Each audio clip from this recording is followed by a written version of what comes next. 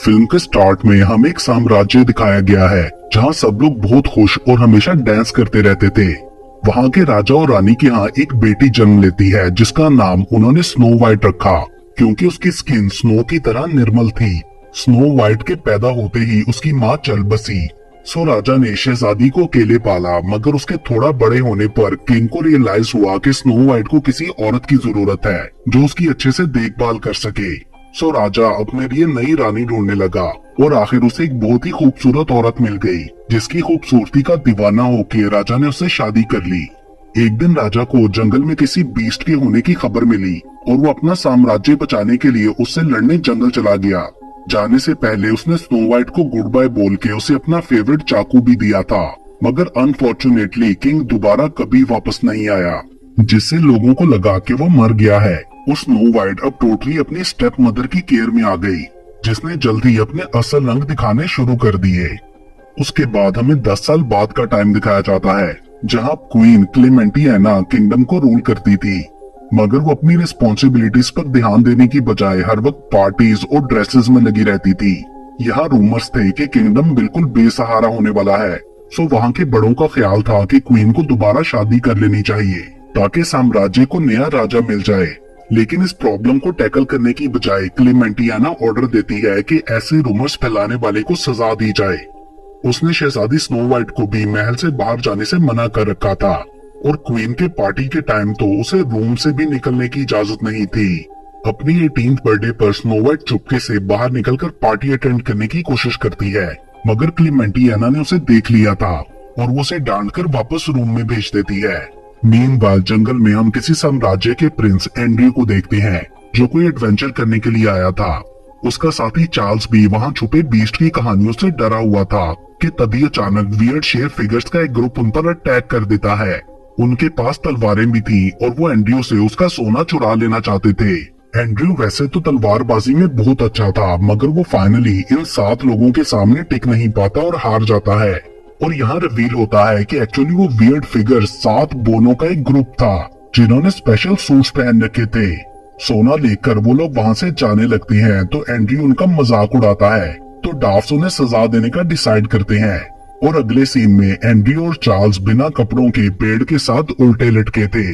दूसरी तरफ कैसल में मार्गरेट और दूसरी सर्वेंट स्नो वाइट को एक छोटे से केक के साथ बर्थडे विश करती हैं।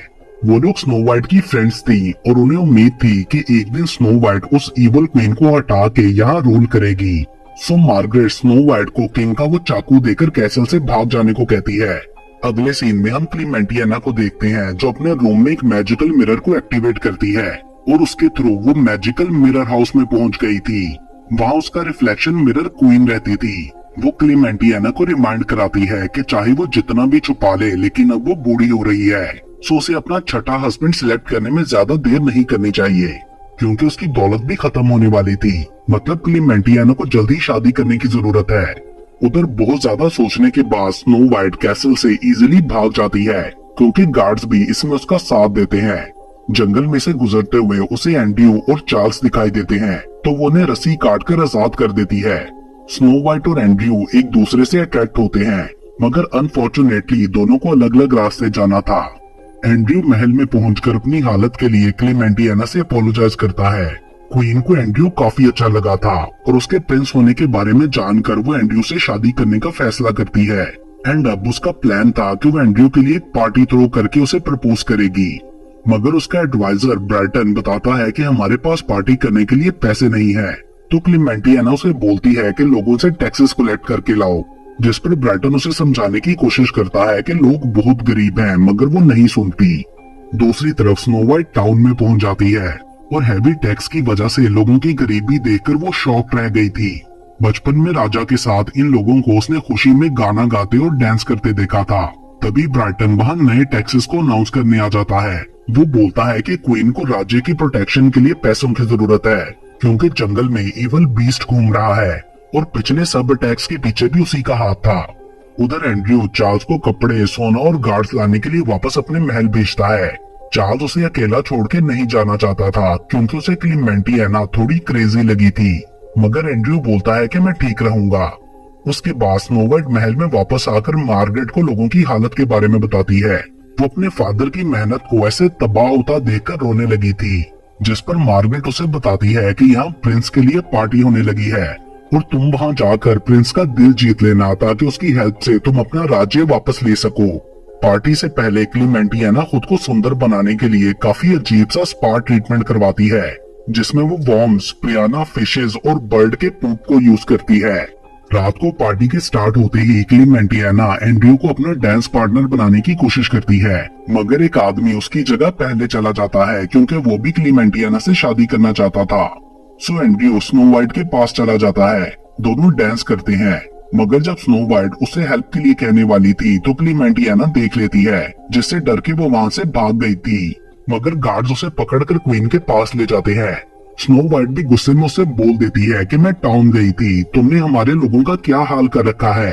अब क्योंकि स्नो वाइट ने बहुत से रूल्स तोड़े थे, इसलिए क्लीमेंटियाना उसे मार देने का ऑर्डर देती है और ब्राइटन से कहती है कि इसे जंगल ले जाकर बीस्ट को खिला दो। जाते जाते स्नो वाइट नोटिस करती है कि क्लीमेंटियाना का मून नेकलेस आज बहुत ज्यादा चमक रहा था। जंगल पहुंचकर ब्राइटन स्नो वाइट के बंधे हाथ खोल देता है क्योंकि वो नहीं चाहता था कि शहजादी बीस्ट का शिकार बने, और वो उसे कभी वापस ना आने का बोलकर भाग जाने को कहता है। एंड देन वापस कैसल जाकर वो क्वीन से झूठ बोलता है कि मैंने आपका काम कर दिया। वो सबूत के तौर पर कुछ जानवरों के ऑर्गन्स भी दिखाता है कि ये स्नो वाइट के हैं। उधर जंगल में भागते हुए स्नो वाइट एक ट्री हाउस से टकराकर बेहोश हो जाती है।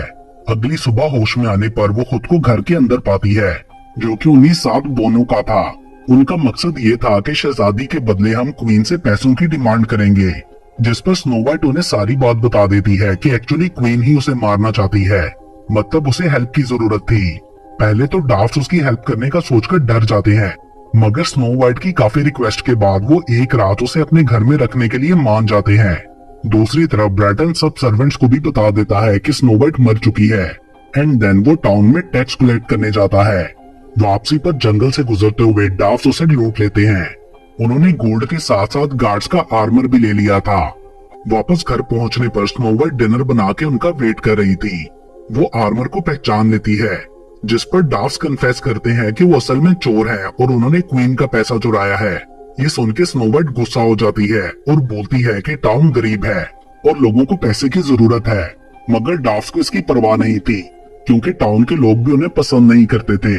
वो बताते हैं कि क्वीन ने सब बुरे दिखने वाले लोगों को टाउन से निकाल दिया था, जिनमें ये 7 बोने भी थे, मगर तब टाउन के किसी आदमी ने उनका साथ नहीं दिया, इसलिए वो लोग अब चोर बन गए। तभी वो लोग अचानक आपस में किसी बात पर बहस करने लगते हैं, जिसका फायदा उठाते हुए स्नो वाइट पैसा लेकर वहाँ से भाग गई थी। वो सातों उसके पीछे जाते हैं, जहाँ टाउन में स्नो वाइट सब लोगों को उनके पैसे वापस कर रही थी, मगर स्नो वाइट खुद इस बात का क्रेडिट लेने की बजाय सबको बताती है कि ये पैसा डाफ्ट ने वापस लाके दिया है, जिससे टाउन वालों के सामने डाफ्ट की रेपुटेशन अच्छी हो जाती है। दूसरी तरफ कैसल में क्लीमेंटियाना एंड्रयू के साथ लंच करते हुए उससे फ्लर्ट करने की कोशिश करती है, मगर एंड्रयू सिर्फ स्नो वाइट के बारे में सोच रहा था, जिस पर क्वीन उसे बताती है कि वो मर गई है। एंड देन वो उसे प्रपोज करने लगती है, मगर तभी ब्राइटन वहाँ आ जाता है और बताता है कि डाकुओं ने उसे लूट लिया। ये सुन के एंड्रयू को गुस्सा आ गया था, सो वो उन डाकुओं से बदला लेने के लिए बाहर चला जाता है। उधर जंगल में डाफ्ट स्नो वाइट को अपने साथ रखने के लिए मान जाते हैं, मगर उनकी एक शर्त थी कि स्नो वाइट को भी उनकी तरह चोर बनना पड़ेगा। वो प्लान करते हैं कि वो लोगों से नहीं बल्कि क्वीन से चुरा के टाउन के लोगों को देंगे, इसलिए स्नो वाइट मान जाती है, जिसके बाद वो उसे चोरी के स्किल सिखाते हैं, जैसे कि तलवारबाजी और लोगों को बेवकूफ बनाने के लिए खूबसूरती का इस्तेमाल करना। उन्होंने उसे नए कपड़े भी ला दिए थे। उसके बाद वो लोग अपने पहले मिशन के लिए निकलते हैं, जहाँ स्नो वाइट को एक लॉस्ट गर्ल बन के लोगों को बुद्धू बनाना था। मगर जो पहला ट्रैवलर वहाँ आता है वो एंड्रयू था, जो डाकुओं से बदला लेने के लिए गार्ड्स भी साथ लाया था। डाफ्ट गार्ड्स को काबू करते हैं और स्नो वाइट एंड्रयू की तरफ जाती है, जो कि दोबारा एक दूसरे को देखकर काफी खुश हुए थे, मगर दोनों ने एक दूसरे को गलत भी समझ लिया था। स्नो वाइट को लगा था कि एंड्रयू क्वीन के लिए काम करता है और एंड्रयू स्नो वाइट को चोर समझता है। दोनों ने सब गार्ड्स को हरा दिया था और स्नो वाइट एक ट्रिक यूज करती है, जिससे एंड्रयू का हॉर्स उसे किक मार के गिरा देता है, जिसके बाद स्नो वाइट उसे पंच मार के बेहोश कर देती है। लेटर ऑन एंड्रयू दोबारा कपड़ों के बिना वापस कैसल जाता है और क्वीन से पूछता है कि उसने स्नो वाइट की डेथ के बारे में झूठ क्यों बोला। साथ में वो ये भी बता देता है कि चोर जायंट्स नहीं बल्कि बोने हैं, ये सुन के क्लेमेंटियाना नया प्लान बनाने के लिए फिर से मिरर हाउस जाती है, जहां मिरर क्वीन उसे बताती है कि इतना ज्यादा मैजिक यूज करने की उसे कीमत भी चुकानी पड़ेगी। मगर क्लेमेंटियाना को इस वक्त कोई परवाह नहीं थी, वो सिर्फ गद्दारों को सजा देना चाहती थी। सो वो मिरर क्वीन के थ्रू ब्राइटन को कॉकरोच में बदल देती है। साथ ही मिरर क्वीन उसे एंड्रयू पर जादू करने के लिए एक लव पोशन भी देती है। यही पोशन उसने किंग पे भी यूज किया था, लेकिन मिरर क्वीन का ये भी कहना था कि उसे एंड्रयू को भूल के अपनी एज का हस्बैंड ढूंढना चाहिए। मगर क्लेमेंटियाना फिर भी धोखे से एंड्रयू को वो पोशन पिला देती है, लेकिन उसको पीने के बाद एंड्रयू डॉग की तरह बिहेव करने लगता है। एंड बोतल को चेक करने पर उसे पता चलता है कि ये पोशन पपी लव के लिए है, लेकिन अब क्या हो सकता था। एंड फाइनली एंड्रयू शादी के लिए मान जाता है। जल्दी क्वीन की शादी की खबर पूरे किंगडम में फैल जाती है। एक डाफ भी ये खबर सुन के अपने साथियों को बताता है, जिसे सुन के स्नोवाइट रोने लगती है क्योंकि वो एंड्रयू से प्यार करने लगी थी। उधर क्लेमेंटियाना इस बार कुछ भी गलत करना नहीं चाहती थी, सो वो दोबारा हेल्प के लिए मिरर क्वीन के पास आती है, जिसके बाद दो बड़े से पपेट्स डाफ्स के घर आके उन पर अटैक कर देते हैं। आगे से डाफ्स की मार का उन पर कोई असर नहीं हो रहा था क्योंकि ये पपेट्स जादुई थे।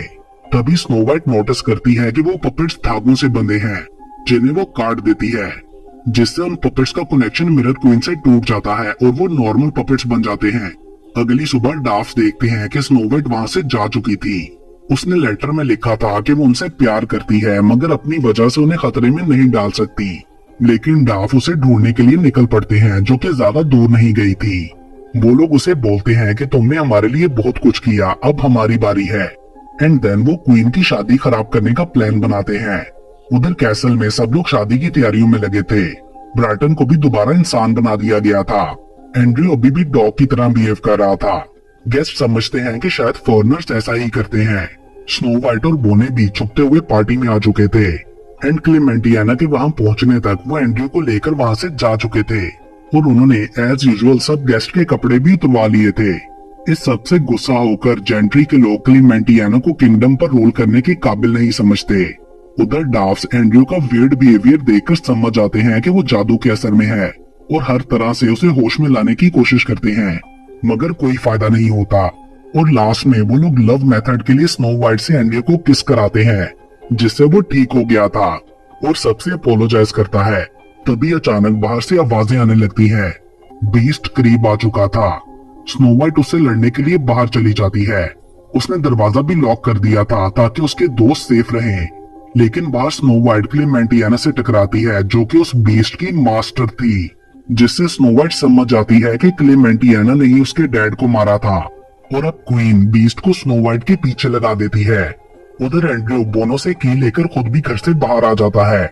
डाफ भी पीछे आ गए थे। क्वीन वापस मिरर हाउस जा चुकी थी, जबकि वो सब बीस्ट से लड़ते हैं, जो कि बहुत पावरफुल था। फाइट के दौरान स्नो वाइट का चाकू नीचे गिर जाता है, जिसे बोने वापस उसकी तरफ फेंकते हैं ताकि वो बीस्ट को मार डाले। तभी स्नो वाइट बीस्ट के गले में मून नेकलेस नोटिस करती है, जैसा सेम क्वीन के पास था, और वो चाकू से नेकलेस की चेन को काट देती है, जिससे स्पेल टूट जाता है और रिवील होता है कि बीस्ट असल में किंग है। इसका असर क्लेमेंटियाना पर भी होता है और उसे अब मैजिक यूज करने की कीमत चुकानी पड़ती है अपनी जवानी देकर। उधर स्नो वाइट अपने डैड से मिलकर काफी खुश थी। किंग बोनो के ग्रुप से उनकी हेल्प के लिए रिवॉर्ड का प्रॉमिस करता है।